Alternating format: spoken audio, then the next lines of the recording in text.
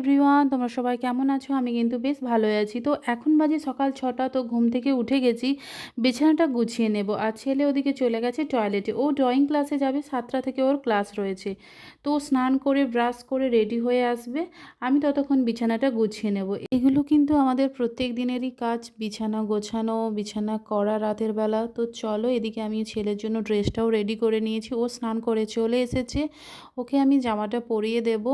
মা পরাতে পরাতে ও তো দুষ্টুমি করেই যাচ্ছে। তো আমি ওকে ভালো করে বসতে বললাম যাতে আমি জামাটা পরাতে পারি। তারপরে সব কিছু ঠিকঠাক করে চুলটাও আঁচড়ে দিলাম। এরপরে আমি ওকে বিছানায় বসতে বলে দিলাম যে তোমার জন্য বিস্কুট আনছি। তো ও বিস্কুট খেয়ে নিচ্ছে, আর জলের বোতল আমি ড্রয়িং ব্যাগে দিয়ে দিয়েছি। তো ও চশমা ও জুতো পরে রেডি হয়ে গেছে, ওর পাপা ওকে ক্লাসে দিতে যাচ্ছে। 7টা থেকে 9টা অবধি ক্লাস হবে। ধারিন্দা মন্দির রয়েছে আমাদের এখানে তমলুকে, রেল ক্রসিংয়ের কাছে। তো সেখানেই হচ্ছে। আমাদের বৃষ্টির কারণে বাড়ির সামনে জল জমে গেছে। টাটা বন্ধুরা।